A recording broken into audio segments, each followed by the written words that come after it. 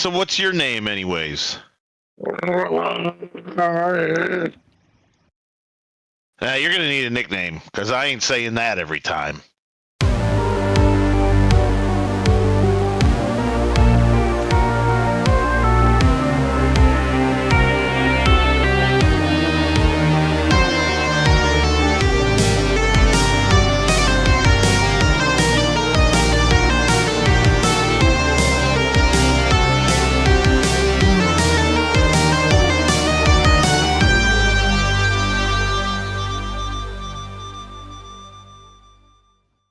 Welcome to episode 17 of the Burning Ewok podcast. I am Justin Granzin, and with me as always are...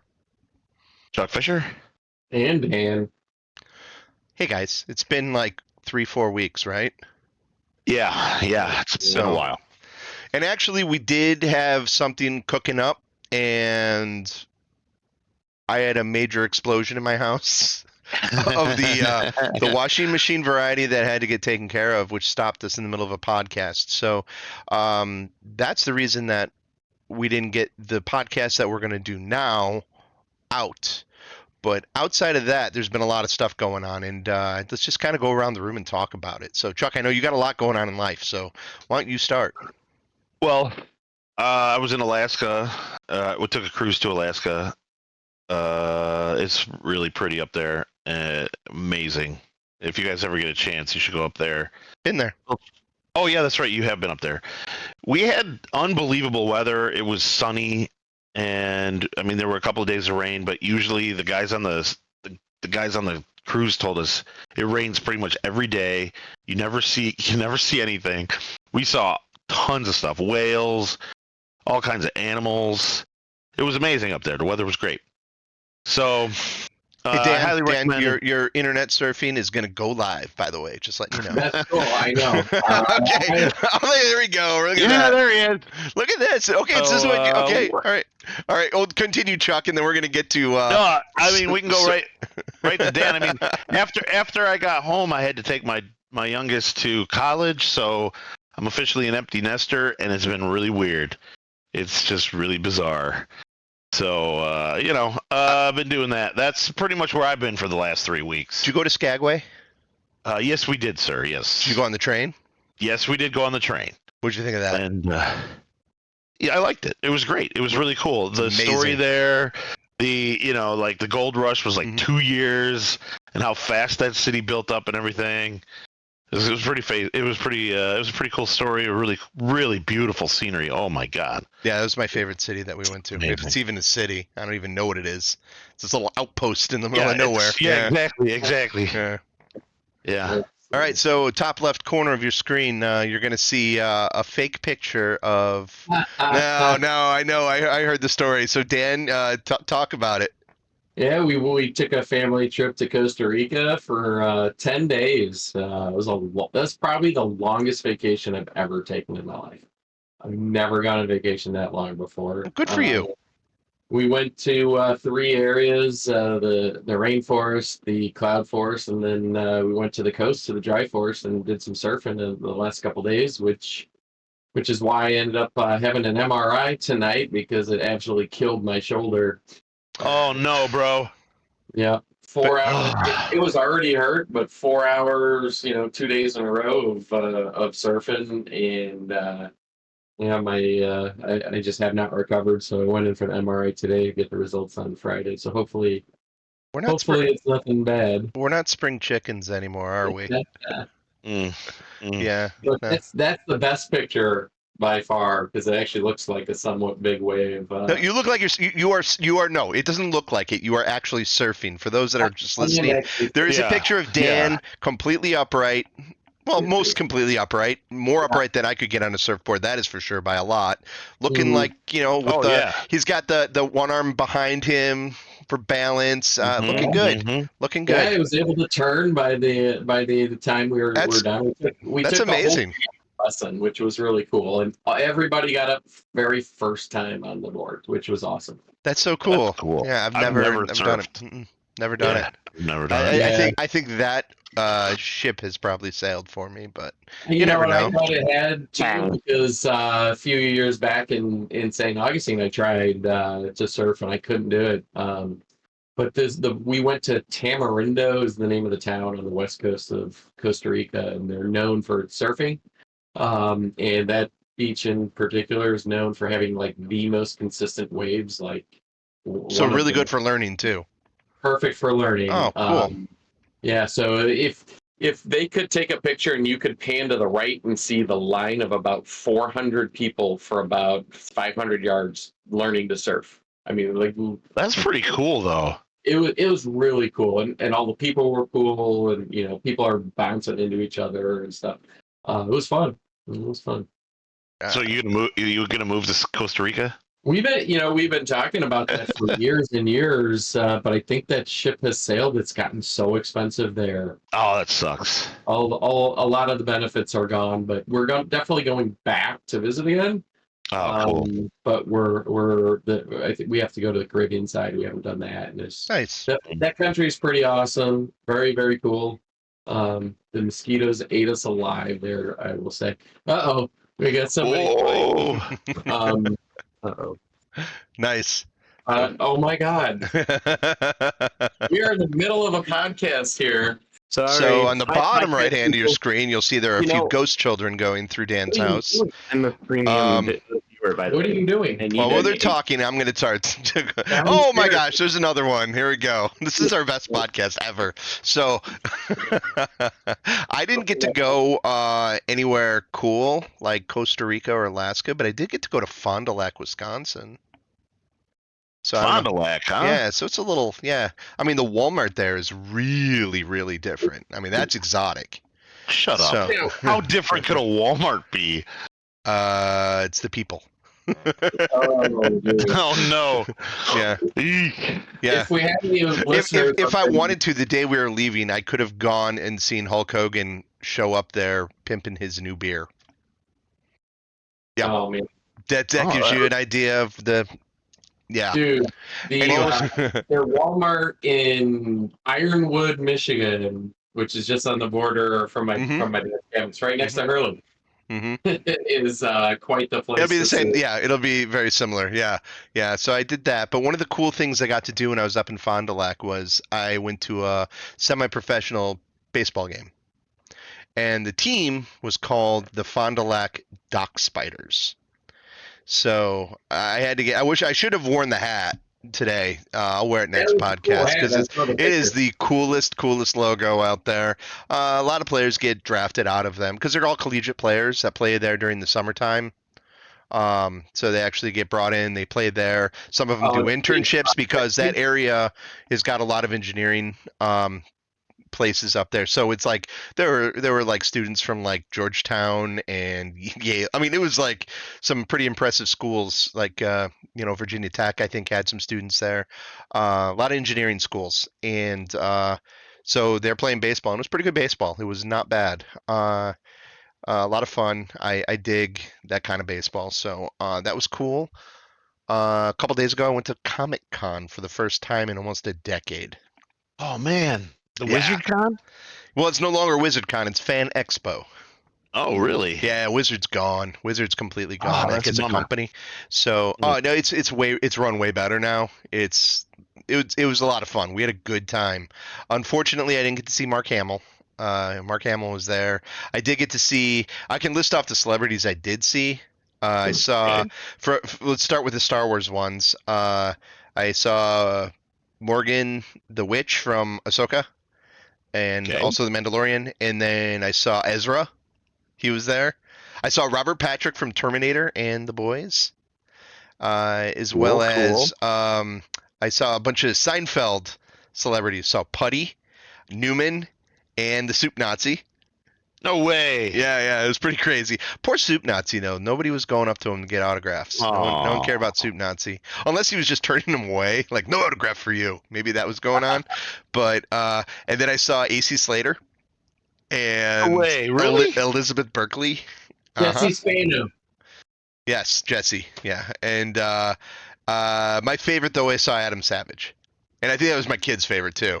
Adam Oh, Savage was that's pretty there. cool, yeah, man. doing That's pretty yeah, cool. that would be the one guy. The problem was all the cool things like Friday night. Adam Savage did his MythBusters thing, and you go and watch him talk. And Mark Hamill's was on that Friday also. I didn't go on Friday, Oh so man. yeah, we only had tickets for Sunday, and it was good enough. And I missed when Mark Hamill was doing the autographs. I just wanted to see him, just say I saw Luke, but it didn't happen. Yeah, I heard 'Cause his autographs. Yeah, I heard his autographs were like $700 a piece. 400. It was Oh, that's ridiculous. not. I wasn't gonna pay that. No way. I was too busy buying a lightsaber. So, yeah, ended up doing that. What So color? you name it. Wait. Oh, it can be any color. That Yeah. was green that turned red. I can make it whatever. I can make it rotate. I can do whatever. You It's. gotta make it change down on the blade from one color to the next. I didn't buy the LED one. So I didn't get the full pixel one. That was a little bit out of my price range for what I wanted to spend at Comic Con. I can upgrade it to that. So, life There you goals. Life goals. Oh, and then I saw Deadpool this weekend. So, and I know you Nice. saw that, Dan. Dan, you and I should maybe just unless Chuck sees it soon, we should do a cast on that one. I have a lot to say on that movie. Yeah. I thoroughly enjoyed it. It's a mess of a movie, but I thoroughly enjoyed it. I don't even know if it is a movie. It's just Mhm. ridiculousness, but it's super fun. Super, super fun. I know my Yeah. wife loved it. We laughed the entire time. So it's Oh, that's definitely great. yeah, That's it's so entertaining. It's it's goofy, except somebody brought a baby to the movie theater. Oh There no! were a lot of little kids in ours too, like What? 5, 6-year-old kids. Holy! Yeah, shit. so there was an actual baby. Like had to be under. I mean, it was like a baby cry every once in a while, Mm. and you could tell like 20 minutes in they took the baby out. Like, why would you even bring it to begin with? So, like, Uh, so it was one of those weird things. Like, I don't go out to as many movies as I used to. I mean, I used to be like a movie a week type of guy, but going to a movie theater and actually hearing like my whole thing, I'm going to get on my soapbox here about this, is just like, you have a child and you're raising a child, you've now decided you're a parent and you have to sacrifice certain things. And that means Saturday night, you don't go to movies with your you don't go to R-rated movies with your less than 1-year-old child just because you feel like you're going to miss out on something. You have to Yeah. wait till it comes to home video and you watch it there, or Mm. you go get a babysitter. Yep. Or you talk to mom and dad, or you find a friend, or if Yep. you can't, you just don't watch the movie. I didn't ever take a baby to a movie. I can't understand why anybody would do that. So that was a little infuriating. I am pretty sure that both Regal and AMC by us have parent rooms for at least one theater where if you have a young kid, you can take the kid into the parent room and watch the movie from in there when they're loud or whatever, so you don't disturb everybody else.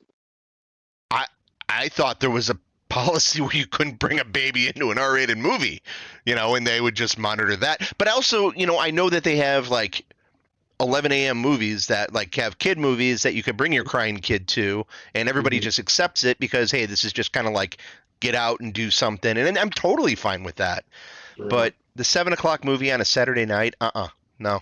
Yeah. yeah, get a babysitter or don't go to the movie. Yeah, Wait yeah. Yeah. 3 weeks When I- until it's on Amazon Prime, and then you can watch it on Amazon. Yeah. Boom. I think I could count on one hand how many times I went to the movie when my kids were little. Yeah. We usually just waited till it was available to watch at home. Yeah.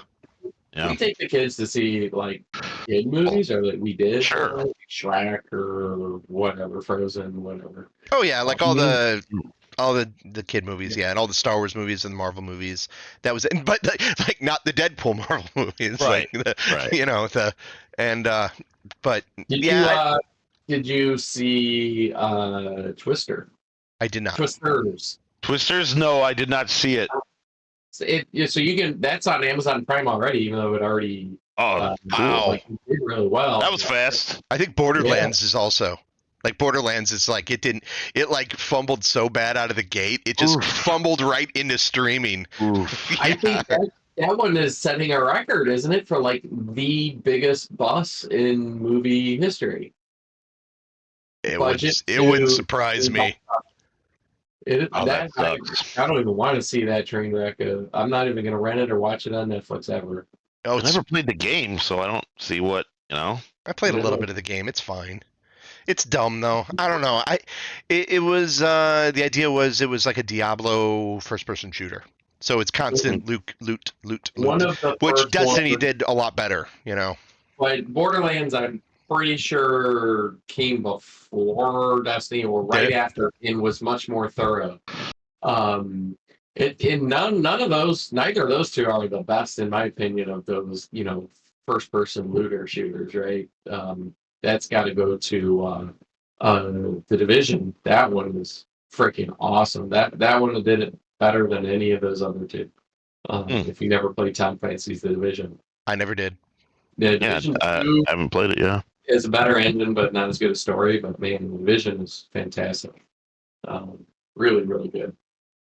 But yeah, no, Twisters, man, that was so much fun, and it was not just a blatant redo of the first. Good.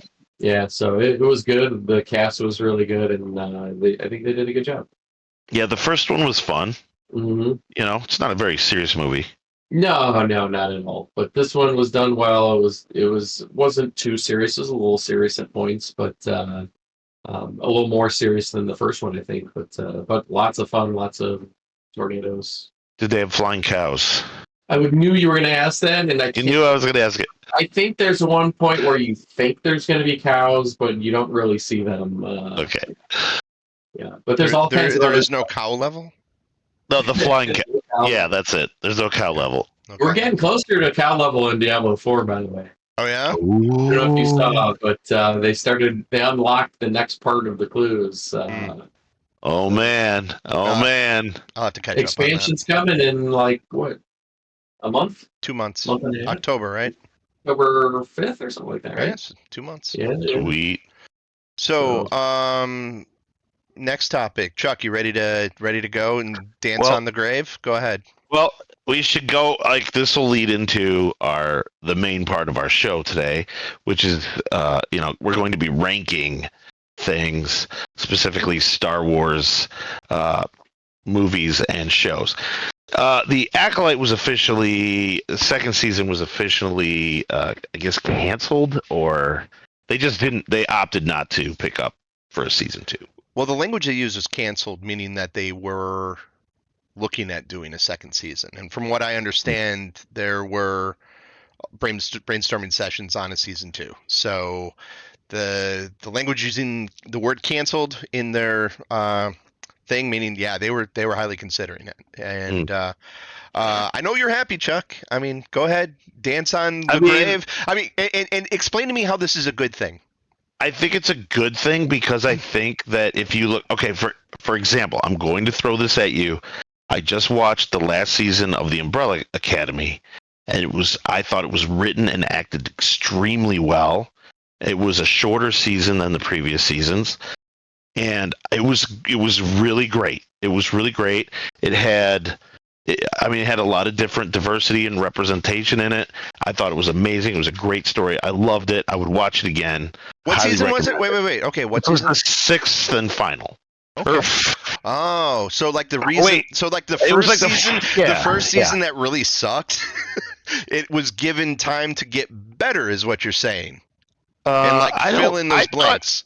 I thought the first season of The Umbrella Academy was great. I'm just saying, like, what I'm comparing it to The Acolyte in that where The Acolyte fell short was in writing and acting.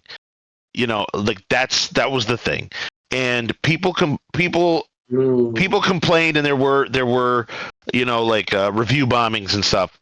Fine, but there were actual things in the show that people criticized, and the criticisms are fine and everything. Okay, but I fear that Disney's gonna learn the wrong thing on this, like they did with Solo, like they've done with some other things, and I'm just gonna stick to the Star Wars stuff. Sure.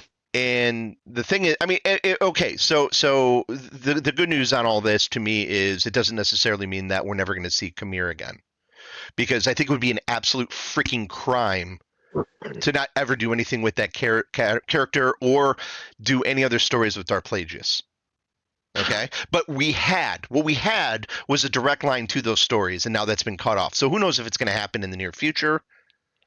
You could do a Kamir show. You could just completely have another group come in and start with that, and just have that character be there again.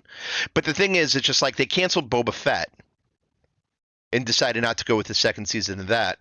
But it's like people don't, and this is like, you may say that Disney does, like, they might make a crap show. Well, I will say they make crap decisions based on reactions, and this would be like the third time I would say that's been big time done. First time would be firing Trevorrow to bring back J.J. Abrams for episode 9.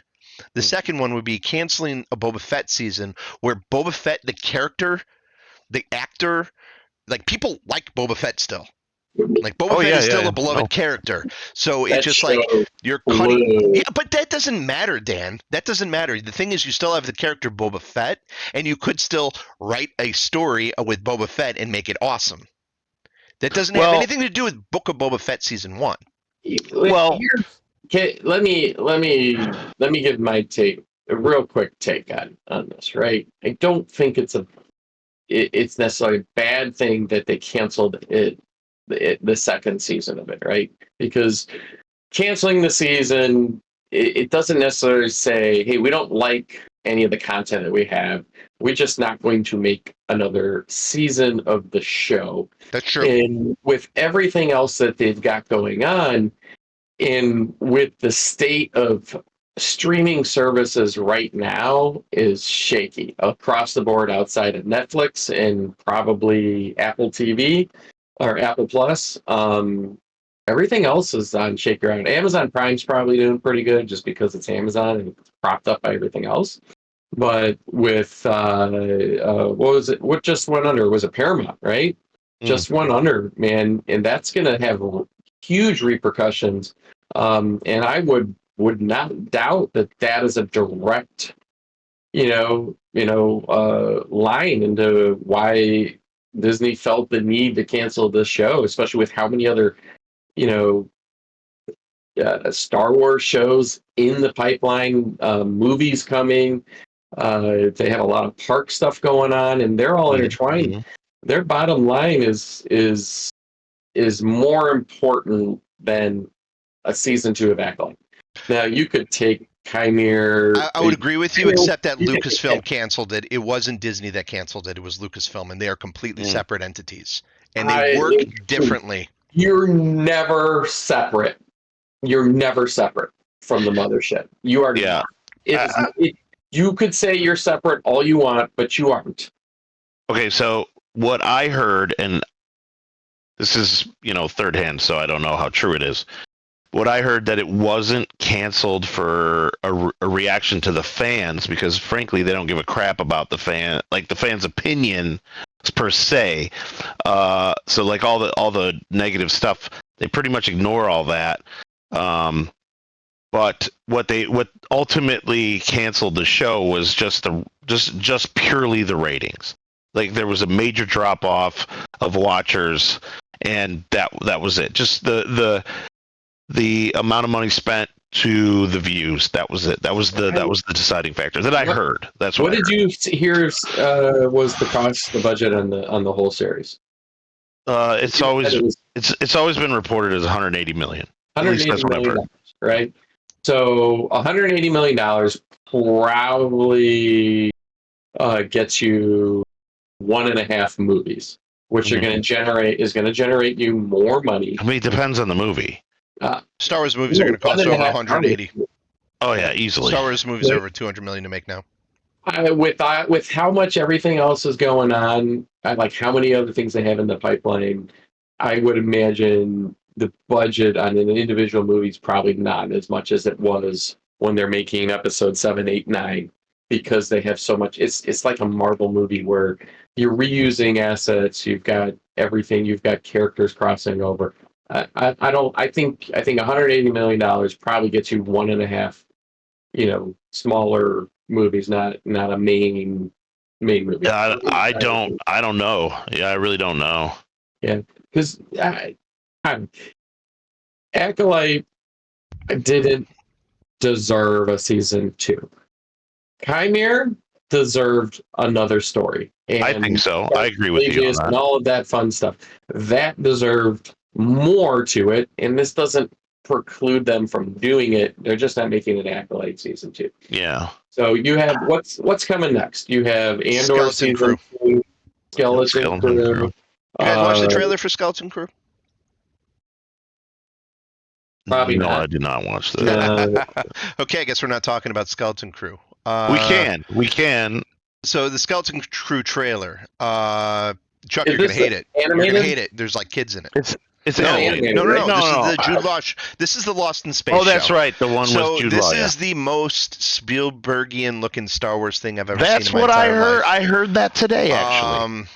It is Star Wars in the suburbs of whatever planet they're on. It's a very interesting looking take. I enjoyed the trailer very much. I love the fact that Nick Frost is the voice of one of the robots. Yeah, and basically, it looks like kids find a spaceship. They get on the spaceship, and the spaceship takes them to another galaxy. That sounds awesome. And I think it's how do you get home type of thing. They meet Jude Law, and it looks like he's got force powers. That's the trailer in a nutshell. Well, I heard that they should have not made it part of the Star Wars universe, but they should have made it a Captain EO universe. That's what I Nothing heard. should be a Captain EO universe ever. Why not? Ooh, Captain EO was awesome. Captain EO was the best. Sure. When I was 8, it was pretty cool. I agree. Yeah. It was cool when I was 8. You have no idea how many times I've seen Captain EO at Disneyland. Dude, I've seen it so many times. I have probably seen it at Disneyland at least 25 to 30 times. Oh, way more than me. Way more. At least I 25 think it 1, maybe 2. When you're at Disneyland and it's 105 degrees and everything else had an hour and a half line. Go in the air conditioner. It was right next to Space Mountain. Because in 1995, nobody cared about Captain EO anymore. That's what you go like, oh my God, it's an hour and 45 minutes for Space Mountain. Oh, where's the next ride? It's 35 minutes over on the other side of the park. Oh, let's just go to Captain EO. It's got air conditioning. That is exactly how we watched it multiple times over the years. Yeah. Yep. That's the legacy of Captain EO. Air conditioning. Well, I'm looking at it on the side here. It looks really cool. Dude. There's a lot of things that Captain EO inspired. Like, for example, the Borg Queen was inspired right from Captain EO. Absolutely, 100%. That's actually been stated as fact. I think Captain EO. I personally think Captain EO is a Force user, just from a different galaxy or part of the galaxy, perhaps. I don't know. It sounds like a Reddit theory to me. It is a Reddit theory, but I'm like, I like to speculate on that kind of stuff. All right. So getting back to Acolyte, right? So you ever read IndieWire? So they have an article on Acolyte and why it's bad for the Star Wars universe, right? And they went, I think, kind of where you're coming from, Justin, and that they believed it was a different take on Star Wars. And my take is that's BS, and it's not at all a different take on Star Wars. But they said, hey, it's a different kind of storytelling within it because it was a detective series and it wasn't a Star Wars series. It was just a detective series within Star Wars, and it'll keep Disney and in LucasArts from going, or Lucasfilms from going down a different route when it's doing, it's Star Wars IP. In the cancellation kills the dreams of all that. But I never really felt it was different. I just thought it was poorly done. And I felt that it was absolutely connected to the main storyline the whole time. I never felt it was different enough. I feel like Andor is different. I feel like how do you feel Andor's different? I feel that is the most Star Wars. Because Like it's the most Star Wars. I know you. I know Yeah. you feel that way, but I don't. And there's a very, very specific reason. It's because there's no Jedi. It gets you Maybe. away from the Maybe. Jedi. It gets Maybe. you away from the no. And it. How many lightsabers are in Andor? Yeah. What's the technology on the spaceship? At what point does a lightsaber get pulled and you have a lightsaber battle in Andor? Well, When? when they How come many out of the people when are they come out of the ship and blow up the 2 TIE fighters. No, I mean, you have. I'm just saying there might be Jedi in it. We don't know that yet. You're talking about season 2. Yeah, I like with the But, Luthor. and I know Yeah. it's directly connected to the main story, but it's the least Star Warsy Star Wars show there is, because it's about normal people, part of the rebellion. Solo doesn't have anything either. And I'm cool with Solo. Solo's awesome in that It was respect. cool. Yeah. Right? But I also feel it is also very Star Warsy, and that's like what I was talking about with like the mistakes of Disney's knee-jerk reaction to a lot of things, because they wanted to build an entire like series of movies based on Solo, or based on that crime syndicate and like that whole thing. Mhm. They had a Mhm. Lando Yeah. series / movie coming out. They were going to bring Darth Maul back into the fray with all that. Just like having like the Underworld movies, which would have been really awesome. Would have been cool. Would have been Very fantastic. And it's just like But- everybody's going back to see Solo right now. When Solo was like lambasted before it came out the same way, and it was executed poorly, and everything was bad, and how can you replace Harrison Ford? And so it gets hit so hard. I mean, it also opened up right at the same time that Endgame opened up, so it had that too. So there was some other factors there also, but the fact that they got cold feet, pulled away from it, and now everybody's looking upon it going, can we get a Solo sequel? Alan Emmerich was pretty good in the movie. You've got the pieces in play. I thought it was kind of hinging on Emmerich and Glover being available to actually make it. And they weren't actually available, and that kept pushing them back. Kind of the same way reason why. No, for a sequel? No. Yeah. No, absolutely it not. was all because Solo didn't perform as what they expected. Because they've been talking about it for like the last 2-3 years about making the sequel now. No, they haven't. Yeah, not really. No, Disney hasn't. No, they haven't. No. You've got Donnie Glover talking about making a Lando series and a Lando movie, and that's only been recent because they booted the other people off of it. To me, that's one and the same. Solo, Lando. If you're going to do that, it's going to be the same people. But that's only been like the last 6 months. To me, I feel like I've been hearing that for the last year and a half. Time is like a construct that none of us understand anymore, though. So I give you that. I give you that. Like you could say 10 years ago or 10 weeks ago, and it's the same to me. So I agree with you there. I do not believe that them canceling Acolyte shuts the door on any of that at all. I don't think one has anything to do with the other, because I don't think that people have it right that it was any kind of a different kind of storytelling, other than the fact that it was a shitty story, a good story with shitty storytelling. That's the way I would put it. Except for the end. The end was I'm not going to get into all that stuff again, but what I will say is I'll be highly disappointed if I have to see the continuing stories of Khmer only through a comic book or a novel. And that sucks. That sucks because you've got the bones of something great there. I think Disney is, or Star Wars is missing the boat on some of its best material, and I think Chimere has earned a place within that material, which is going back to the Knights of the Old Republic, right? And going with that whole Darth Revan, that whole storyline all the way through, Knights of the Old Republic 1 and 2. Bring it to Darth Plagueis, and then bring it to Chimere. I think you could do that in many different facets. It doesn't have to be one show or multiple shows, but it could be multiple mediums, and bring it all together. Sure. And tie it together. And I think you get Chimere that movie or something right now, because I think it's strong enough story, and the character and the actor was great. I think it's good enough to go down that route. So give it some time, and maybe you'll get it. I hope so. That was the one thing I was most disappointed about was you have this awesome character that you're like, man, it kind of sucks that he kind of gets lost in there. But I don't think you need the series, the Acolyte. No, he can show up in other way. Like, yeah. Mhm. Yep. Yeah. I think that character can be saved, and I don't think the show, the Acolyte, is worth saving. I mean, they could do another show set in the High Republic or something. You know, I'm sure they have other plans. Yeah. But I'm sure you're right about that too. That it has more to do with the state of streaming services and the lack of views, which is probably not tied to necessarily the fact that it's Star Wars, but that it's with if the streaming services are struggling, maybe that has something to do with it. I don't know. Yeah.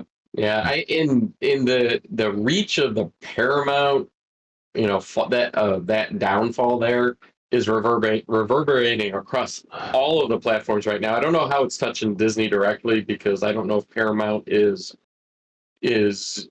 collaborating at all on the Disney platform. I don't think so.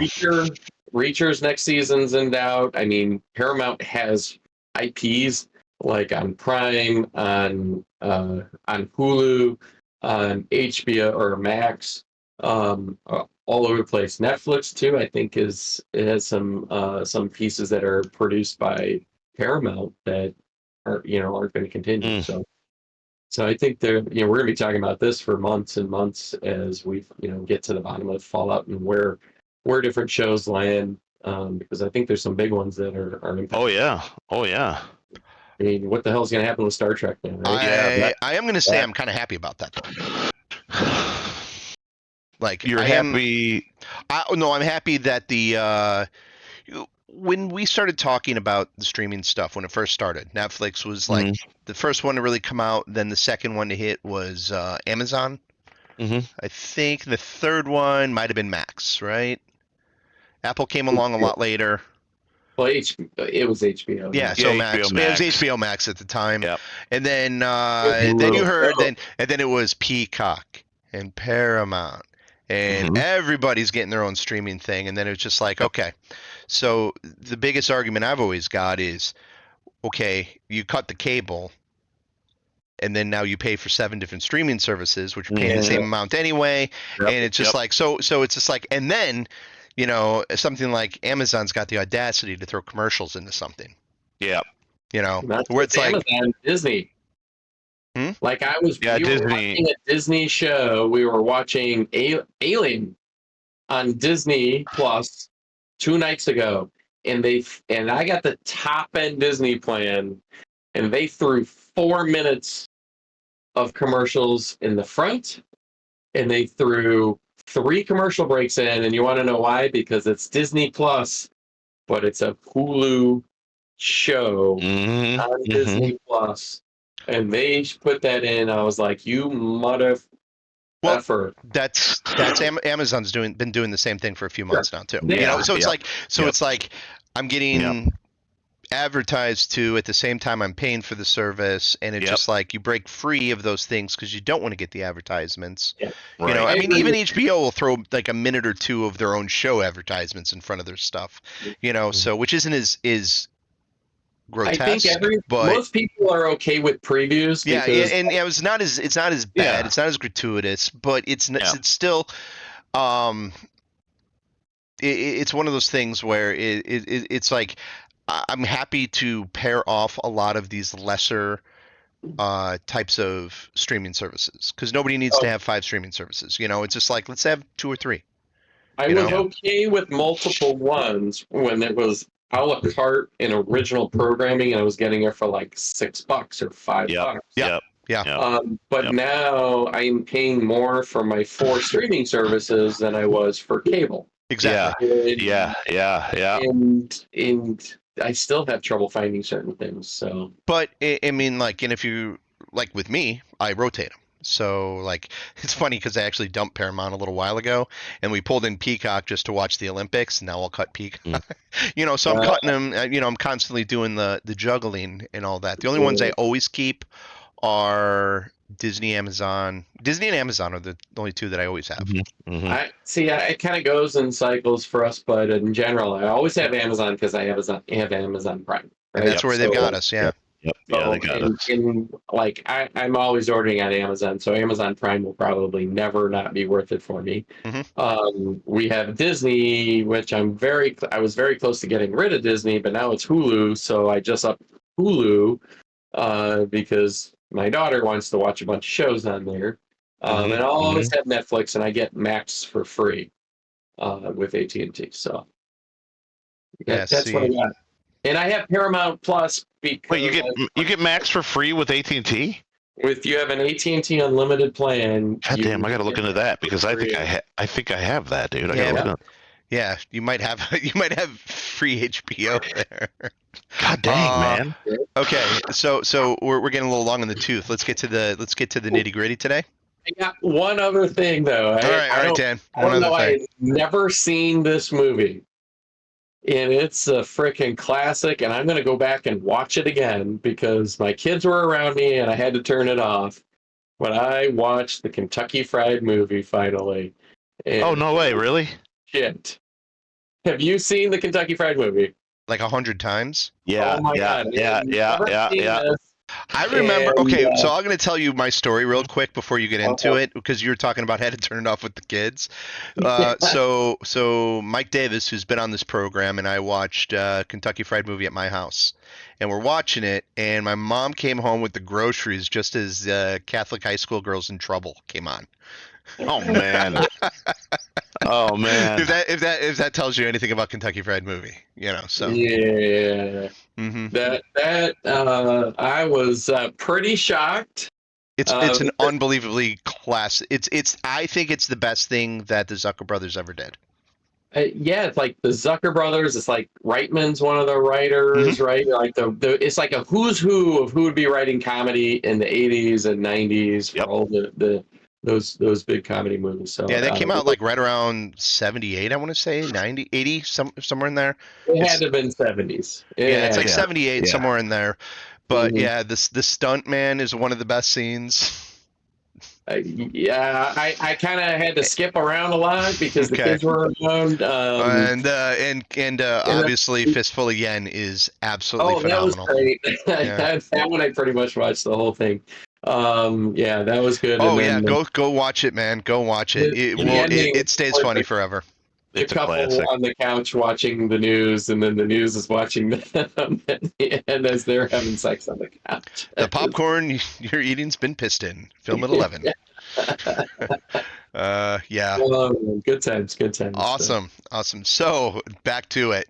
I think you got them in order, Dan. So I'm gonna blow up the screen a little bit here, and we're gonna go and talk about our rankings. So we're gonna use Tier Maker here, and Dan is controlling it, and we're gonna go in order and all argue about where we believe the Star Wars shows and movies all fall in. For all you boomers listening to this, S tier is better than A tier. Normally, just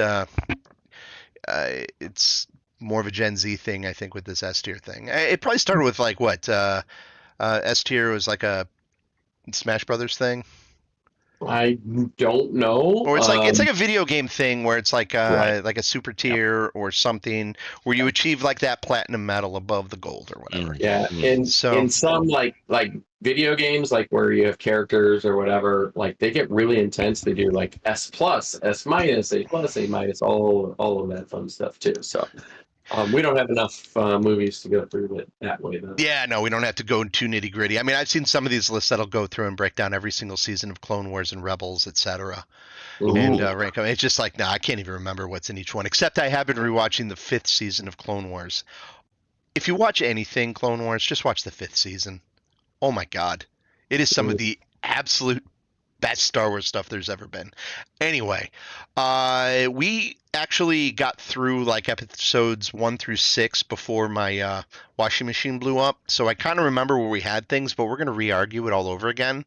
Yeah, I don't remember them all, even though they were on the screen before. But I wiped them all out. So let's Good. just start again and Okay. Yeah. So we'll start in order. We're gonna start in release order, the best we can remember. We'll go through the movies in release order, and then we'll do the shows in release order. Right. And I think I originally argued that A New Hope should be an S. And Yeah, I absolutely. argued that it should be a C. And I think we either settled on B or A previously. If it's not an A, I'm gonna quit. It was an A before. It's definitely an A. Yeah, It's an A without a doubt. I really don't think it is, but I will give I it think to you're wrong. How do you what? You guys It's the are movie. coming. You guys are coming, and with this, we're having this whole thing again. So for the benefit of our viewers, you guys are coming from a viewpoint of nostalgia, and when you actually look at the movie, I know it had a wow factor, and there had been nothing like it before, and all that fun stuff.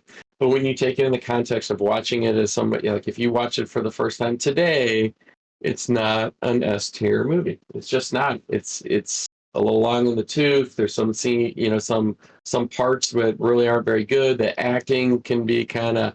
It's very 1970s acting, and that kind of acting just. It's not that kind of, people don't make those kinds of, do that kind of dialogue anymore, that kind of pacing in the dialogue. To I me, wholeheartedly disagree with everything you said. It's an S tier, but we're gonna keep it at A because I think that's it's fair. It's fair, but this is where everything started. This is the world building. This is this is the origin of all the things that we're talking about. Whether it's the first mention of the Clone Wars, it is the mention of Darth Vader. It is first appearance of everything. It's the very first TIE fighter and X-wing. It's lightsabers. Everything comes from this singular movie. I will let you guys have it as an A tier. Okay. Well, you're very gracious. Very gracious. Yeah, and it's edited phenomenally, and the music is above S tier. The music alone. We should give probably the best movie music ever. We should just have. I'd agree with you, except for the next one that we're going to talk about. I think is a step up. Oh, I do love John this Williams just as a separate entity within all of these rankings, and put him up on the S tier, and because there's some really good videos out there of like Empire, and you take the music out, and it's just bad. It's not good. That's a lot of movies. That's the art of the sound and that's folly the art and of film, man. Yeah. I think there's quite a few movies out there where you really you don't need the music because the dialogue and the story is so good. But I think I can't imagine, like you just can't imagine Star Wars without the music. Like it would probably be a really shitty series. I agree. Watch what's that the show that I just that I absolutely hate with the I put it the Sheldon Show. What's that? The Big Bang Theory. Watch the Big Bang Theory. Yeah, watch the clips of the Big Bang Theory without a laugh track. Yeah. It's very uncomfortable. Well, that's a lot of shows, though. Anyway, Empire Strikes Back. I think we're all going to agree on this one, right? Yeah, Empire is here. No, not even a discussion there. Right? Yeah, I think and then Return. I'd say it's a B. I give it an A. I think Return is my favorite movie. Just not for the Ewoks, but specifically for the Ewoks. How Luke and his father, in the interest of getting through this faster, I'll give it to you as an A. All right, good. Thank you. I'm not going to fight it too much on this, but I don't feel it's close enough to Empire Strikes Back to be an A tier. Okay. Now it gets a little bit more interesting. I would say it's better than A New Hope. Maybe.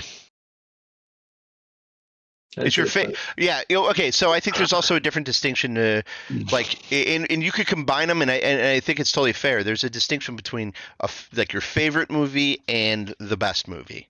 You know, Right. it's just like I can watch Citizen Kane and go, it is an amazing piece of film, but no way in hell is it my favorite movie. Right. You know, Yeah. I can. There's a lot of movies that are like that for me, where I can watch Deadpool, Wolverine, and be like, it's ridiculous and it's super fun, but no way is it like the best movie. You know, so there's so much of Right. that. Yeah, and so Yeah. and I think both things can be taken into account. It could be your favorite thing of all time. Just put it where you think you would like to see it. Not, you know, this is each of our own opinions.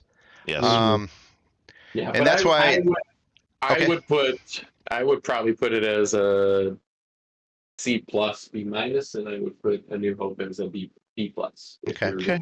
Okay. And I would put episode 1 as a D. Really? I don't Yeah. think episode 1 is that bad.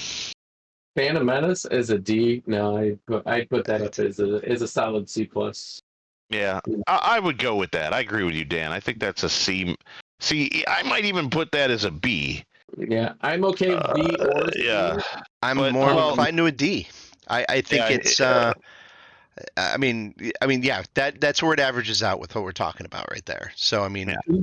And keep in mind, right? We're tiering it within the Star Wars set of movies here. oh, we're Not- only comparing it with everything else, and this is where I think it sits. Right. Yeah. We're not Yeah. comparing it with Citizen Kane or the No, well, And hang on a Right. second. totally As different kind of world. we keep going on with this, if Yeah.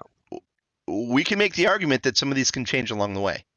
Yeah, So absolutely. these aren't locked in until we finish this Right. episode, Right. and then it's locked in, and it becomes absolute gospel. This becomes the truth.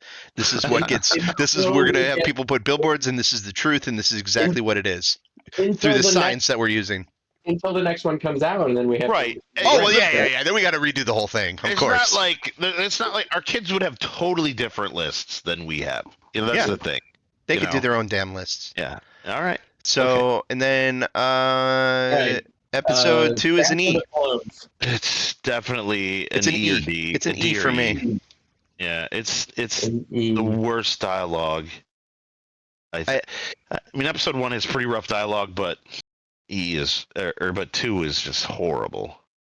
I I'll just give a quick opinion on the dialogue. I don't think the dialogue is bad. I think in these movies, Hayden Christensen and Natalie Portman and Mr. Obi-Wan Kenobi himself, Ewan McGregor.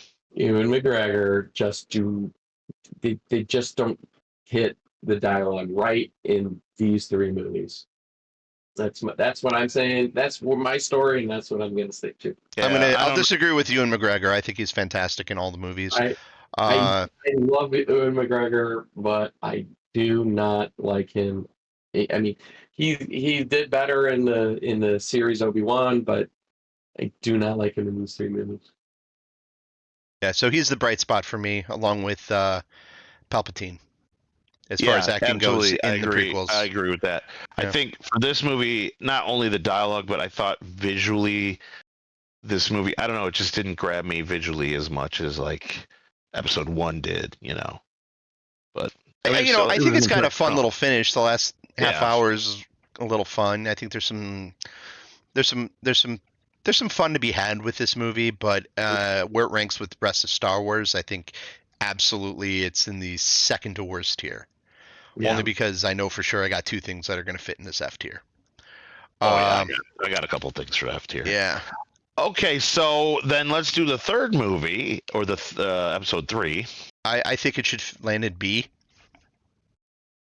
You know, I don't like this movie as much, but As episode 1? discussing it with, I feel episode 1 is stronger. Just to me though, I could be wrong. I think when discussing it with younger people, this movie is like, they love this movie. Yeah. Like, this movie is the greatest. Yeah, this So, is I a think lot maybe- of their favorites. Yeah, I think maybe it does deserve a B tier, to be honest. Yeah, I would say it's a better movie than A New Hope. I No, don't I think it's disagree better with than A that. New Hope by I any disagree with that. stretch. I know the youngins will think that, but it has some of the same core issues that episodes 1 and 2 have, but it's When you It's say youngins, you mean everybody younger than you. I mean Gen Z and millennials. Yeah, millennials. So and like Gen the Z. generations below us, Well, you have to because understand. millennials were like Millennials are 9 years getting old when these came out. So Yeah, they were the kids when these came out, like going into their teens. It was the same, you know. Yeah, I think most millennials who are now in their late 30s, will say that, when you're saying the youngins, those are also the people that you're talking about. Yeah, There. I'm not talking about 5-year-olds right now. I'm talking, yeah. No, the Or youngins that our aren't quite so young anymore, but yeah, younger than me. exactly. Yeah, Exactly. yeah. They have kids and stuff also. They're Yeah. taking their youngins to go see. But I'm with them. I think Revenge of the Sith is better. I really like Revenge of the Sith, to be honest with you. I think it's a really It's a fun fun. movie. It's a fun movie. It's like if I could change anything, there are things I would definitely want to change, such as like the whole turn to the dark side part. Yeah. It's atrocious, and what are you gonna do? Oh But man, I think we talked about this when we tried this the first time. The whole the whole meme about like there's a meme like, hey, you could save Padme by doing this, plays of the wisest powers, blah blah blah, and all he's got to do is really say, no, that's wrong. yeah. We that just hit when we started doing this. It's just like if Anakin was smart. Yeah. Yeah. Yeah. Yeah. Okay. So, all right, let's move on. So the next one is The Force Awakens. I'm giving it a solid B. What do you guys think? I think it is the most average of average, and I'm going to say C.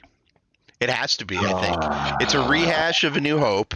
You know what? You're right. Yeah. It doesn't. It's pretty looking. It's got. They kill Han Solo. Well, you know what hinders this film is a couple of things. One was that during the production of the film, Harrison Ford was injured, so they had to make changes. So I don't know. This film may have suffered in production. I don't know that it's a C though. It may be a B. I think it's I gotta think be a it's C. interesting. You have some interesting stuff in there. I mean, there's some dumb stuff too, but that's you could say that about every one of these. And when this came out, I enjoyed the hell out of this movie. Oh yeah. But I mean, I knew it played it safe the whole time. It didn't take any. It doesn't want to try anything new. And like I said in past episodes, J.J. Abrams was brave enough to actually go, I'll take that on after everybody hated on the prequels. Yeah. And then look how that's aged, and decided to take this on. I think it's better than the prequels. I think its production is better. I do not think its story is better. I think it doesn't really. It's not original by any stretch.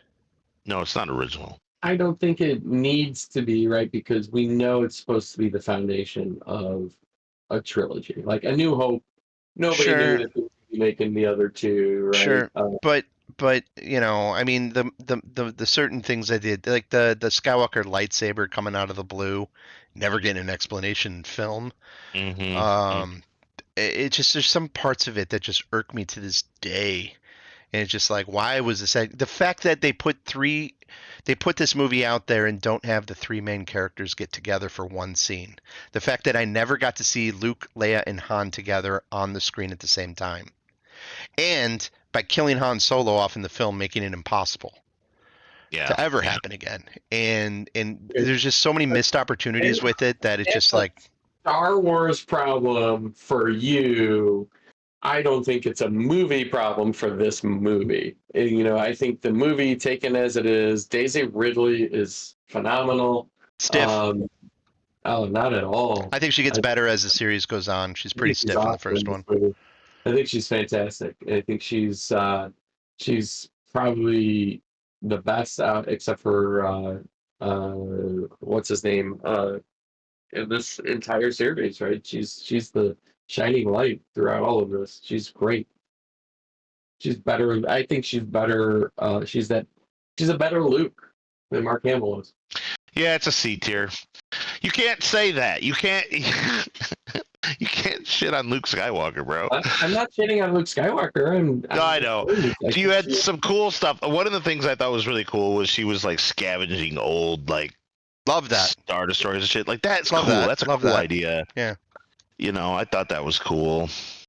Yeah, but my Yeah. argument, and that's where I think J.J. Abrams was strongest, is he's the kid who probably had a lot of toys when he was young, and he was able to like make all these scenarios up. And I felt like he took all the things he did as a kid with all the Star Wars toys and decided to make a movie out of it.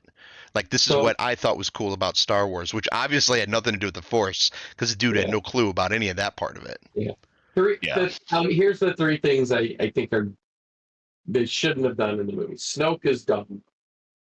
Hux is terrible, and another Death Star. Right, so I'll give you that. Right? Yeah, I agree. I agree 100% on the Death Star. And a thing. desert planet. Yeah. I'm okay with the desert planet. Right. It could be interesting if they had this, you know, if like, oh, this wasn't a desert planet until like there was like a Imperial battle or something. The Battle of Jakku made it into the wasteland or right. something. Yeah, exactly. Yeah, they could have done something like that. Yeah. But it was a no-name, planet in the far reach. It was Yeah. Luke version 2.0, you Yeah. know. And It was they dumped her there. Yeah, to hide. but again, yeah. And this is also why I say it's a C. All right. Well, you're putting it at the same level as Phantom Menace. So Yeah. you. I actually said Phantom Menace was a D. So, and I think this is slightly better than So you're putting it. You're putting this movie here. I think if you, I would put Phantom Menace 1 down. But you guys I don't said know. Phantom Menace was better. And remember, this is in context with the rest of the Star Wars stuff. Mhm. Comparison with the rest of Star Wars. Mhm. Well, let's go. Let's keep going. And all right, yeah, what fine. else- Leave it at C. All right. Now the second one, or the seventh movie. We're on 8. Yeah. I will give it. I will let you guys bring it down to a D. I know you guys hate this movie. Hell no, this movie's Nope. freaking awesome. This is an A for me. This is a good movie. This is a solid A. Sorry, yeah, no, Oh, yeah. I'm thinking the next one. No, You no. guys- This is you an guys A. want Almost sometimes I feel had potential to go to S tier, except for it doesn't get its opportunity. As its own standalone film before Episode 9 comes out, I put it way at the top. I am absolutely against all the haters on this one. I think and it's not perfect. None of them are, though. None of these movies are perfect. And No. Back pretty much about as perfect as you're going to get. and we're all- agree, and that's why that's at S, and this is why I say this is A. I feel that while it rhymed with Empire Strikes Back, it didn't copy the Empire Strikes Back. Whereas The Force Awakens copied A New Hope. This had some rhymes with it, and I think it was always like you get the end of Force Awakens with Luke. What do you do with a Jedi that decides, well, everything goes to hell? He leaves and he's sitting on this planet in the middle of nowhere. Like, so Rian Johnson's put in this situation where he's got to take a script now and decide how to build Luke. Why is he there? And I think while people said that's not my Luke Skywalker, I think he's like, well, then why the hell would Luke have left all his friends? You know, it's like, so he was painted in a corner in that situation. I think he did a great job on understanding the character of Luke better than I think even Mark Hamill, because Mark Hamill even came around and be like, no, this is really where it should have been, because if you remember at the end of Return of the Jedi, this is the guy that refused to kill his father, threw his lightsaber down, and wins without violence. And at the end of the day, in this one, he saves all his friends without violence. You know, and sacrifices himself in the process. It's the most awesome Jedi thing that's ever happened. And it's just like, I think those themes, and I really want, like, hopefully someday, and I'm going to keep saying it just because I love that whole part of it so much, that I hope that that's what this movie gets looked on, and I don't think it will. I just think that the sequel trilogy is just kind of, I don't think the young kids of today that went and saw 7, 8, and 9 are going to look at those movies like 10 years from now, like the millennials and Gen Zs look at the prequels. Mhm. I don't think the sequel trilogy has the same staying power. I don't think that's because of these movies, though. I think that's because of the rest of the landscape of sci-fi action and superhero movies. Yeah, I agree. No, Um, I think it's agree with because that. they love the Clone Wars and they love Rebels. And Mm. that's where those kids' hearts. When it comes to Star Wars, I'm only when it Yeah, comes maybe. to Yeah. Star Wars, those I- kids, the Clone Wars and Rebels are huge But you with them. So, but to put that in context with us in our trilogy, is there wasn't anything else, nothing Yeah. even close to it, right? So this was sci-fi for the Yeah. most part. Yeah. This was action, yeah, there were action shoot 'em up movies and stuff like that, but there was not anything close to this. They didn't have a Marvel universe. They didn't have a DC universe. They like we didn't have those things. Like we had like a Batman movie every once in a while. And that was well after these three. Yeah. And Yeah. who wrote these epic like universe building films? Nobody wrote this kind Yeah. of stuff. This was Yeah. so unique at the Yeah. time. You when the sequel movies are coming out, you've got Harry Potter, Marvel, everything, right? So the imagination, the Hunger Games, so like the whole the universe building is strong everywhere else, so it brings everything down a notch. And here, if it can't compete with those, which I don't think it competes with most of those. So I don't think it competes with Harry Potter per se, but it's a totally different genre. but it's something else that can capture imagination and show you what you can do when you are given access to multiple episodes of movie content and build a world and stay within it. Yeah, but you're also talking about what was it, 9 films that were all written by the same person who had played a major role in all those movies and making sure they stayed true to her vision. You have like 6 movies that maybe all stick I'm saying is when you put it in a context of how people can see this trilogy, it's like when we saw the first 3 movies for Star Wars, there's no other context. There's nothing else to compare it to, right? Which is Right, why I think right. you guys also put those first 3 up on such a big pedestal. And I don't agree that they're that good because I'm not. I'm putting it more in the context of everything today, and I think you guys are putting it more in context of when you first saw them. I'm putting them in context of the rest of the Star Wars stuff.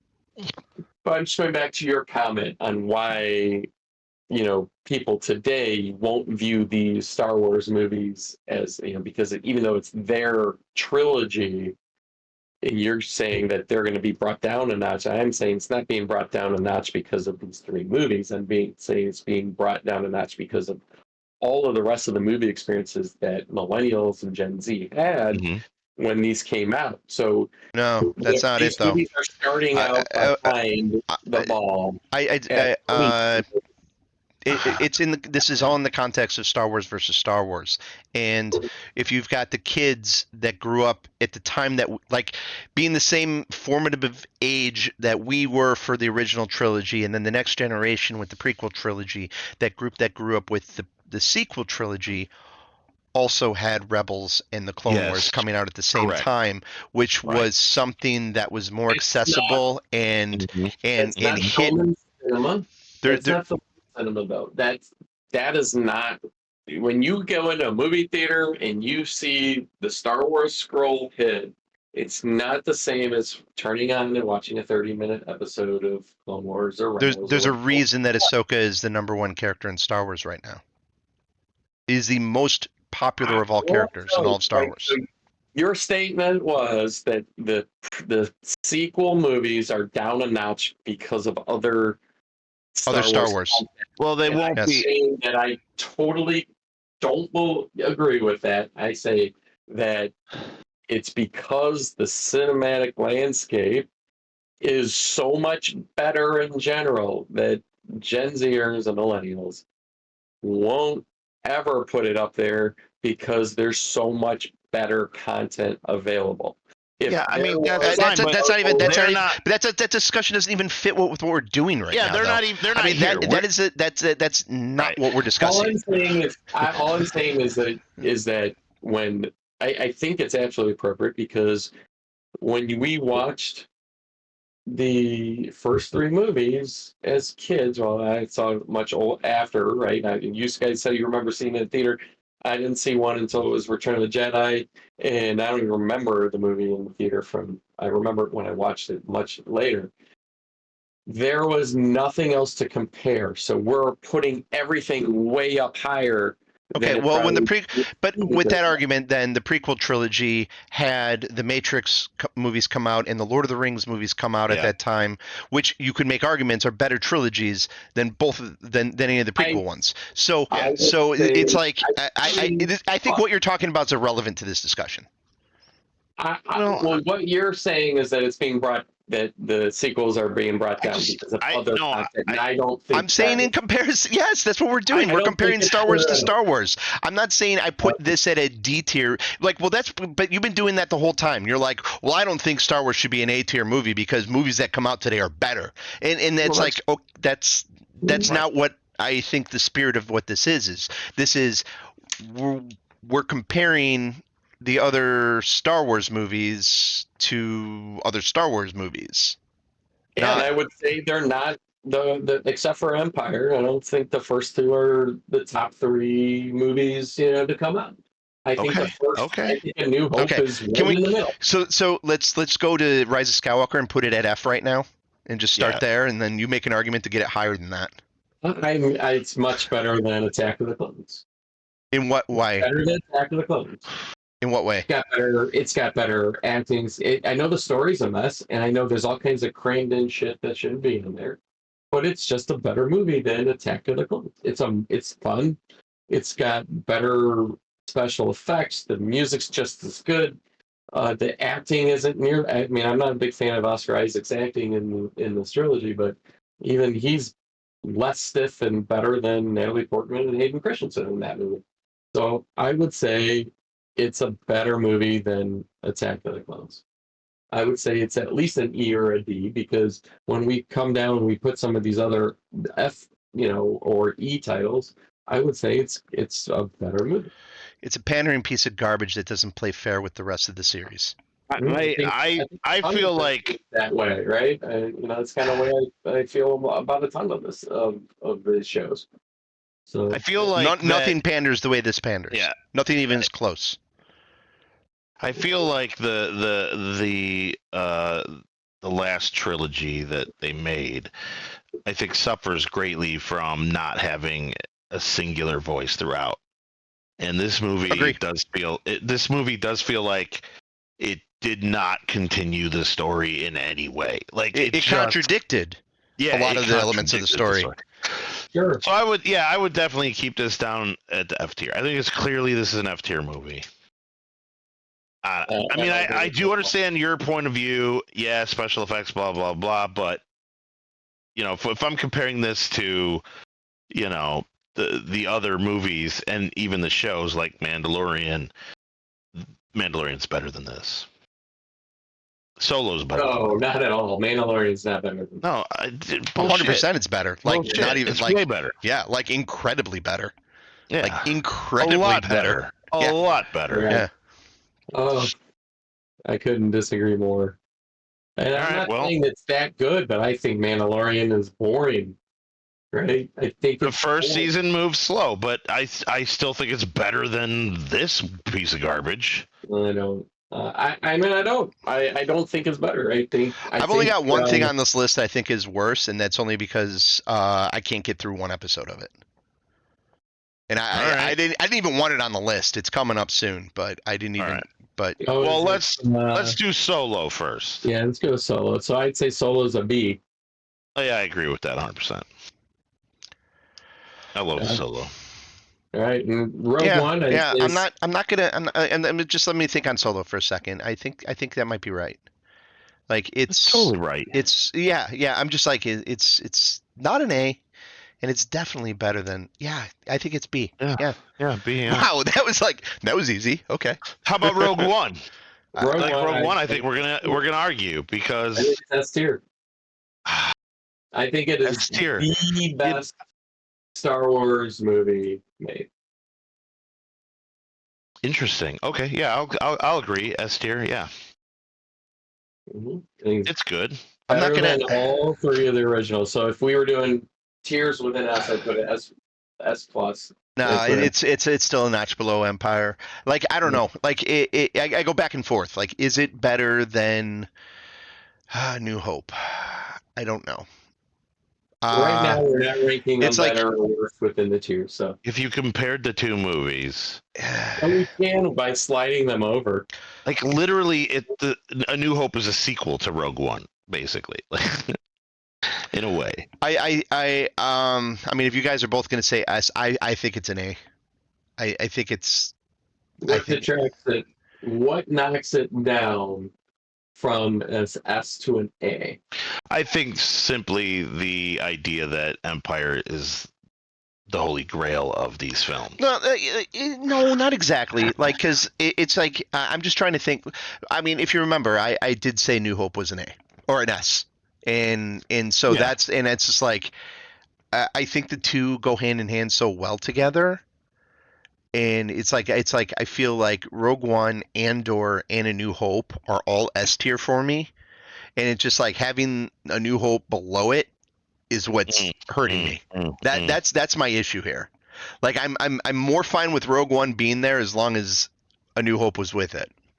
The only reason A New Hope is A tier is because Dan would have put it in a D. Like No, I wanted it in B too. You know, but it's just like the absolute look and feel of both Andor and Rogue One is a direct model. Like it is what A New Hope is. It's going for that feel. It's like it tries to blend itself so well with its technology, its look, I don't know. its costuming. No, it's not the same feel. I feel like it's way grungier. Like Oh yeah, it is. it's way more like dangerous. Like you feel like at any moment they're all gonna just die. But is. But no. If, look at the things that are similar. Look at Yavin. Yavin is identical in both of them.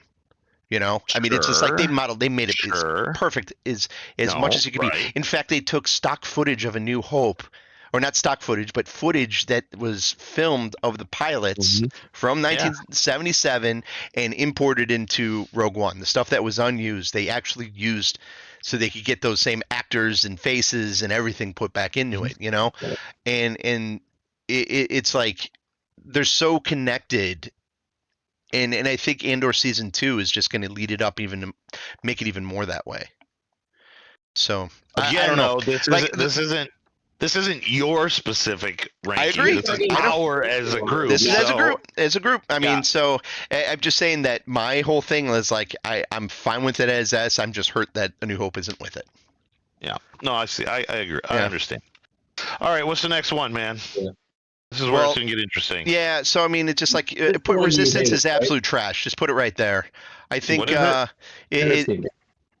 it's Resistance. It's like I can't even get through an episode. It's just like we shouldn't even probably put it on the list. It's absolute garbage. Its animation style is different than all the other animation styles used in other Star Wars stuff, where Rebels and Clone Wars have a very specific style that blend together, and this one doesn't. It's I would say it's almost like a kid show. Where Rebels and Clone Wars are kid shows, but it's got a different edge to it, and it doesn't feel like it fits with the rest of the film. 10 minutes of it, and what I would say is the Kellogg cereal of all of the IPs, and I say that because it's the tie-in to when you go get the box of Star Wars branded cereal after you go see the movie. And it's like, hey, inside, we're gonna tie it back to. It's like it's just a commercial for the sequel series is really all it is. Yeah. It's trash. We all agree. We don't need to talk about it anymore. It's trash. Nobody likes it. Let's go to Rebels. All right, Rebels. My son, my oldest, who's 16, said Rebels has to be S tier. It's really close. I haven't watched it. I'm between A and B on it. So we're gonna say so. Braden likes it that much, huh? Mm-hmm. I'm gonna be fine giving it an A tier. It's that good. Yeah. It's Yeah. that good. I mean, James Earl Jones comes in and plays Darth Vader in it, guys. It's legit. It Yeah. probably has the coolest Jedi of all time in Kanan Jarrus. Uh, it's not that long. The first season's its worst, again, but glad Disney doesn't have it on streaming because they would have canceled it after the first season and we would have missed out on some of the best stuff that it was yet to come. Uh, and the same with Clone Wars. If you ever watched the original Clone Wars movie that was put into theaters, No. it's trash. No, I think It's garbage. Is that what you watch when you watch the series? Is that first, like the first episode? It might be still, but the thing is, the weird thing about the Clone Wars is all the episodes are out of chronological order. They released them, and there's 18 episodes a season, or depending on what season it is. They vary across the 7 seasons or so that they have of them. Right. But So what's Clone weird Wars- is you'll get some things that'll happen, it's going to be a B. Okay. It's going to be a B. I don't think it's as good as Rebels. Because there's a lot of ups and there's lots of downs in it. The downs are pretty low. The ups are absolutely S tier quality content, though. I'm seeing, if you just want to watch, because they're all out of order anyway. If you watch season 5, it's probably some of the best stuff. I mean, I tell you, it's them bringing back Darth Maul as a character, which sounded like the absolute dumbest idea ever. Like, the dude was cut in half. This is stupid. And I still try to reconcile with it, and then you watch it and you're so glad that they did what they did. Did they bring him back first there or in Solo? No, it was in Rebel. It was in Clone Wars, wasn't it? Which one? I'm sorry. Oh yeah, Clone Wars. Well before that. And the conclusion of his arc actually happens in Rebels. And it's absolutely one of the best things out there. Yeah, Rebels is so good. It's so good. Does he lose his connection to the Force when they cut him in half? No, it's the only thing that keeps him alive. Oh. The same way Vader has to be kept alive through yep. anger and hatred, and he becomes this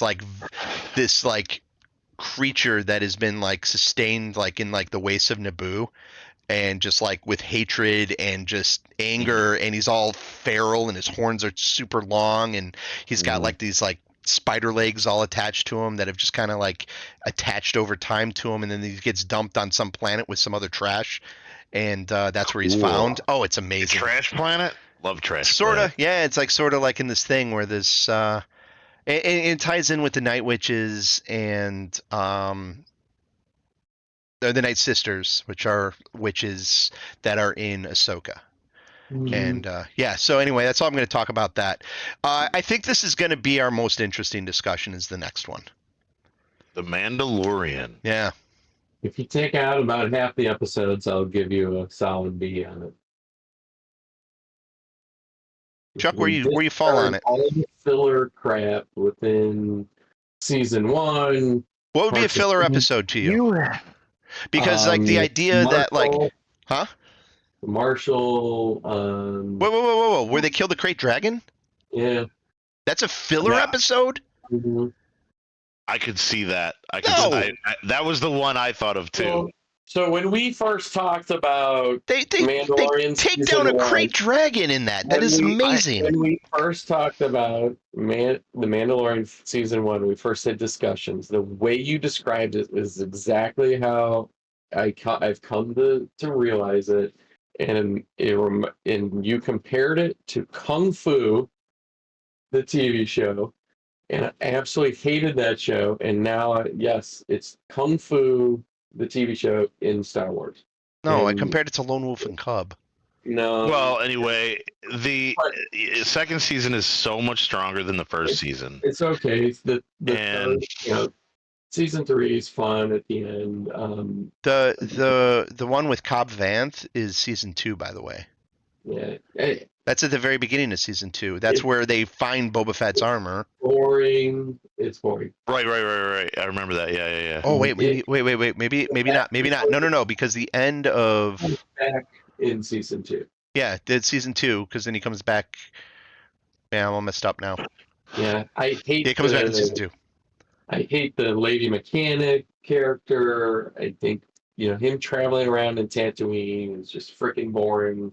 Not a big fan of it. I'm just not a big fan of it. There are certain episodes that I think are very strong. So which ones do you like? Like, what do you like about it? I liked how we got into season 3 and we started to get into the possibility of Thrawn. I like Esposito and the whole Darksaber story. And I like that. I like that aspect, but it's just there's too many episodes that are just boring, and I'm not a big fan. I'll probably get ripped to shreds, but I think Carl Weathers' character is just not the greatest, and I think there's too much of those filler episodes between where it's I got a job for you and it's to do this, and he goes off and does it, and it really doesn't drive.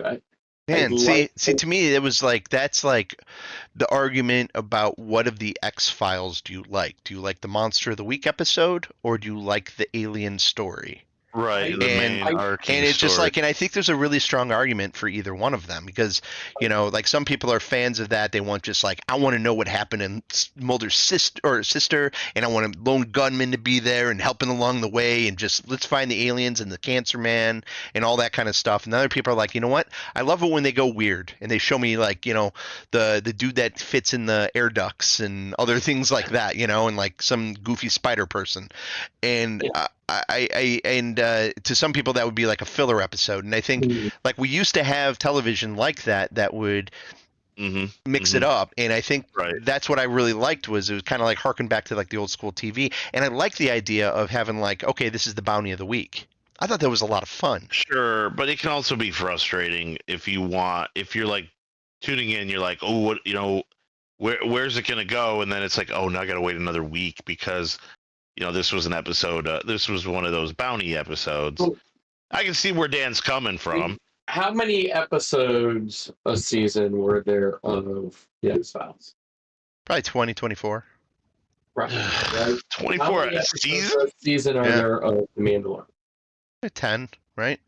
8 or 10, something like that. We're talking about episodes per season. In each season, and I would say in season 1, 3 or 4 of them were interesting to me. And if the Monster of the Week episodes of The Mandalorian were stronger, I would probably not say they were boring. I didn't think they were very good. If they were better, I would like them, right? So I just don't think they were very strong. That's where I'm at. All right, so where do you want to put Mandalorian? Where do you put Mandalorian, Dan? I'd say a C or a B. A B would be the absolute highest. I'm totally fine with putting it at a B. Yeah, I agree. Okay, weirdly enough, we're gonna land in the same spot because I feel B's fine. B's fine. He's fine. Yeah. If I was ranking seasons, I would put up season 1 at like a D, season 2 as a C, and season 3 as a B. But I'll give you a B for the body of work. Good. Yeah. Yep. All right. That was a lot of argument for nothing. Boba Fett. This is a tough one for me. Book of Boba Fett. What do I like better than it? I'd say it's an F. I think it's way. It's not an No F. way. It's not an F, but it's not higher than a D. I liked it. I didn't hate it. There's some goofy stuff in there, but it was all right. It was enjoyable. I'd put it at a D, I guess. Yeah. D's as high as I can go. Yeah. Well, I absolutely do not think it's F. It's got some redeeming qualities to it. It's so Dan, you think it's E tier? You think it's that bad, Dan? Yeah. Book of Boba Fett. All right. Yeah, I just recently did a rewatch of it. It's not good. I mean, it's not. It's Michelle not Yeoh good. Is her character's just bad. Michelle Yeoh is not even in the show. Who am I thinking then? Fennec Shand is not played by Michelle Yeoh. What's her name? I don't know her name. Ah. Racist. Well, Not racist. All right. Let's go to Ahsoka. yeah. I can't really say. I mean, the only Ahsoka I have ever really seen is Oh, it's Ming Na Wen. Sorry. the only Ahsoka that I really know is the one where she was in The Mandalorian. But I can't say I didn't like it. It was cool. I thought it was cool. You really need to watch Ahsoka. I know, The thing it's is, on my like, list. it's just like, guys, like, it's kind of heartbreaking because, like, some of these things, and I like to see you put that in A because I absolutely love it. The thing is, I'm thinking, do I love it more than? Yeah, I like it better than Mandalorian. It's got to be A. If Mandalorian's a B, it's got to be an A. Way better than the Yeah, it's just like, well, I'm just thinking in context with Rebels and like what I like better, and it's just like I think I like Rebels a little bit better than Ahsoka.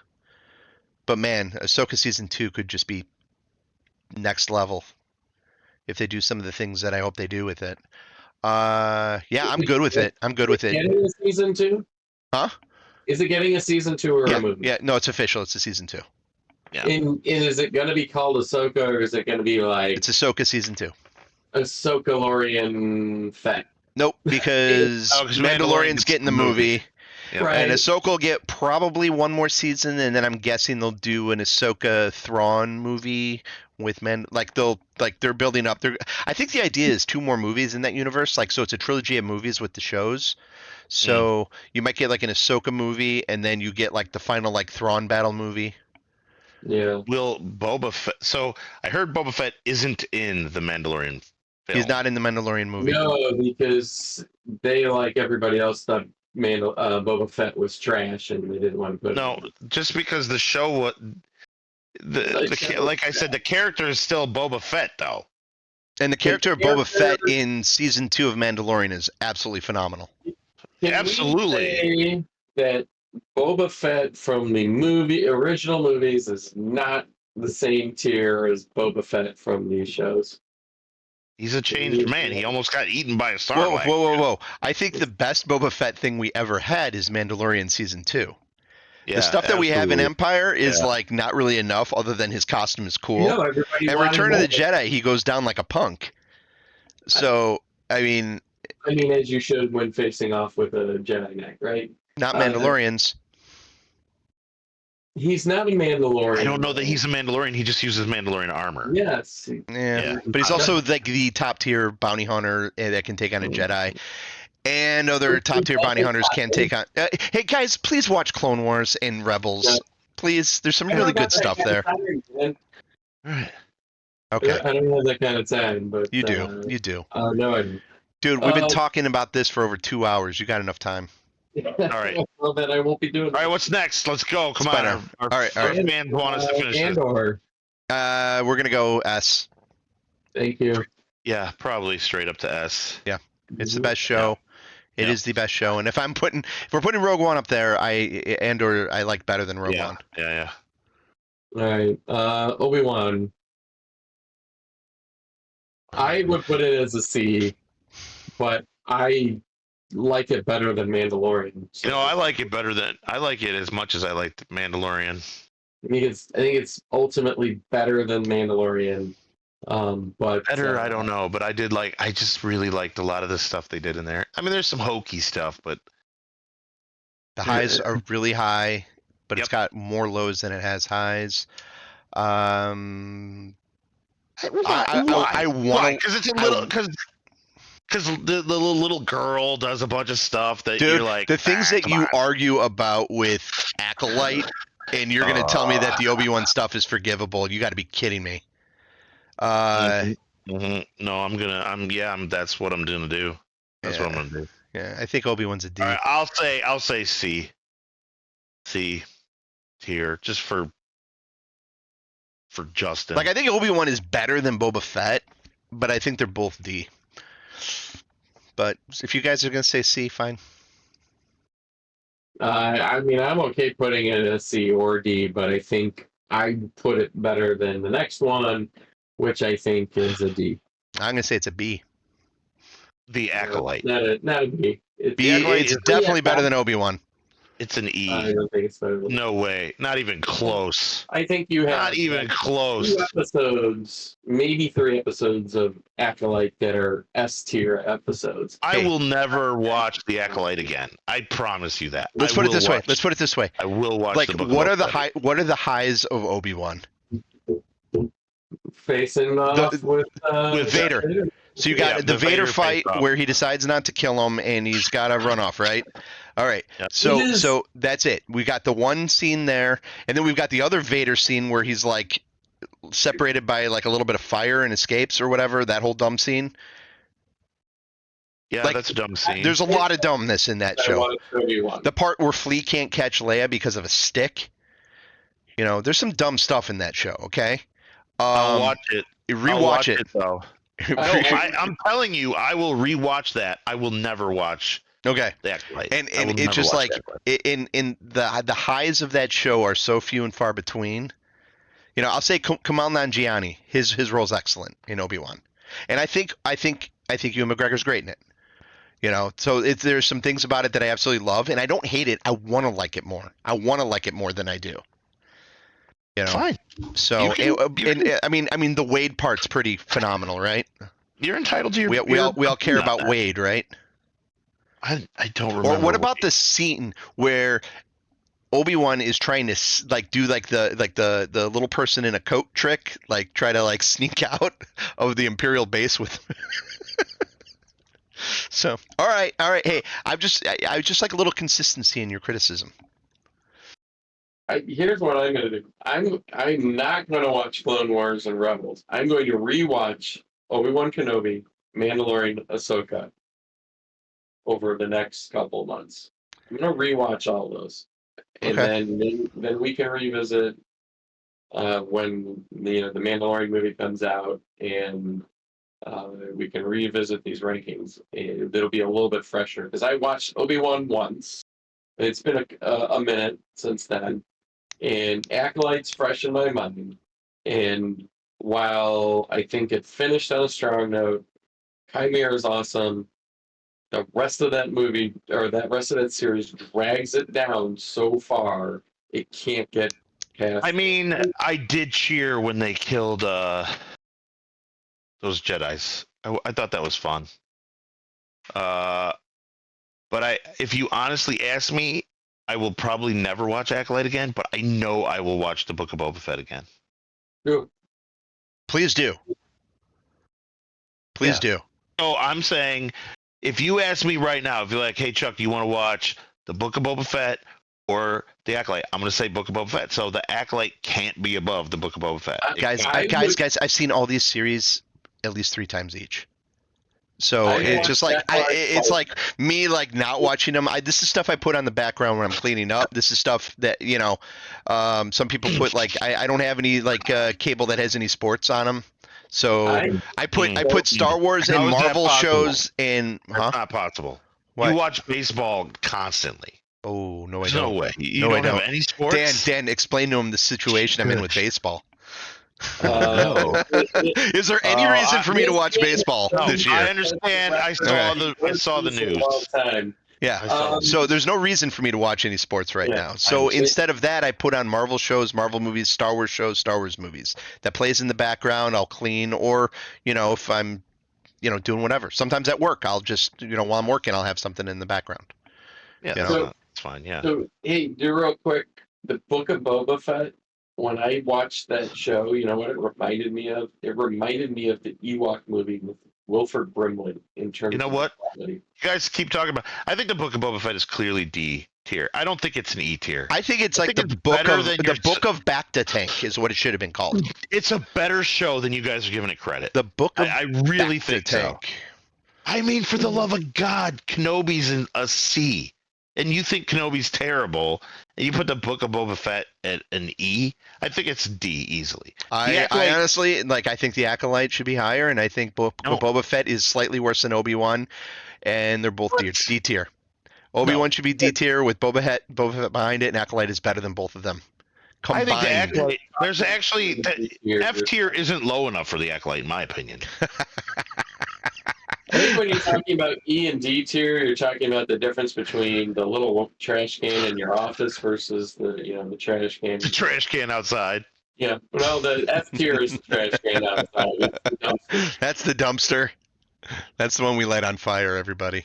Okay, so we do a little cleanup here. We're looking at I S will tier. not stand for this. What? So far Everything is left. to be re-ranked. So for each row. So we got S tier. Do we like Empire, Rogue One, Andor? Personally, I like Andor better than Rogue One. If we were going left to right, is left being the bestest? I would put it. This is how I would rank them. Oh, fuck Leftist you. to- No, fuck you. Fuck no, that's you. not happening, Dan. You can't do that. Just the sound effects of the Carbon freeze chamber. that droid, that black droid that was like that shit is just awesome. Like, I love the sound effects. Tell you about No, the- that movie is great. He cuts a tauntaun open and shoves his best friend inside. I That do movie, think it's great. It's an S tier. it's no, it's the But- best. That's the best part is Love that. we're arguing. Yeah, Empire. I think it goes Empire, Andor, Rogue One. I don't think Andor is better than Rogue One. But I think Okay. Andor is so good, but I don't think. Okay, it's better Chuck, you're the deciding vote there. Which one's better? I mean, we have another season coming out. This list right here is perfect. I agree with this list. All right. Next row down, I'm fine with it exactly how it is.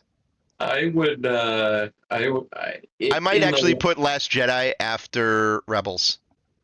Yeah, I would put Rebels. I would do yeah. that right there, and then I think it's perfect. With more Ahsoka on the way to change minds. Let's see. Yeah, I agree with that. Okay, Sith, Solo, Clone Wars, Mando. I don't care. I think it's fine. I think Whatever. Solo. I would put Solo first. Solo over. It's like, yeah, I'm fine. Yeah, that works. It's fine. Yeah. I don't know if I mean, maybe. Next one down. This is how I would put it. Maybe there. Wow, that's a rough call, man. I think it's fine as it is right there. Like how you got it. I don't care. That's I don't probably care fine. enough. Yeah, like it's like the difference between Force Awakens and Phantom Menace is negligible. Mm-hmm. And then so we've got D tier for Acolyte. I'll be the dissenter on that one. Below that, I think Book of Boba Fett is slightly better than Episode 2. Hell yeah. I think you guys are giving the Book of Boba Fett. And I'm gonna give Resistance better than Rise of Skywalker, or just completely take Resistance off the list and make it on. Because honestly, I haven't watched enough to, you just delete it out of there. Add a row below. So just like, Trash tier. yeah, like nobody's watched it. It's like, I personally think that there's a show that belongs in the trash tier. yeah, but which you one, guys Book of don't Boba agree with me. Fett or Obi-Wan? And I Yeah. want to like both of those. I understand. Yeah. Okay. Well, okay. We're an hour and 42 in. You guys want to wrap? That's way too long. It's way too long. We need to wrap. Yeah, put the date on that. You got to date that bad boy. So, So this is 08 2024. 24. Yep. sounds good. Okay. Yep. So, make a copy of that. Send me it. So I'm gonna put it up on everything, and that's I think gonna it'd be be our. interesting if we each did our own. Like this was what, because you clearly, Justin, you wouldn't have it in this exact. And Not neither would I, exact. neither No, would Dan. no. I So, definitely yeah. have differences. Yeah. Yeah. Okay. And now adding a trash category, I think I would put Rise of Skywalker in there. You're nuts. Huh. You're nuts. Oh. I'll put Book of Boba Fett, fucking S tier, just to piss you guys off. Okay. Are we good? Are we gonna cue the music? Yeah. Cue the music. Cue the music. All right. Spotify, subscribe. YouTube, subscribe. Been a long time. Looking forward to doing another one of these, gentlemen. Talk to you guys soon. Oh, look, Yep. Dan's disappearing. He's falling asleep. All All right, we're done. Peace out, everybody.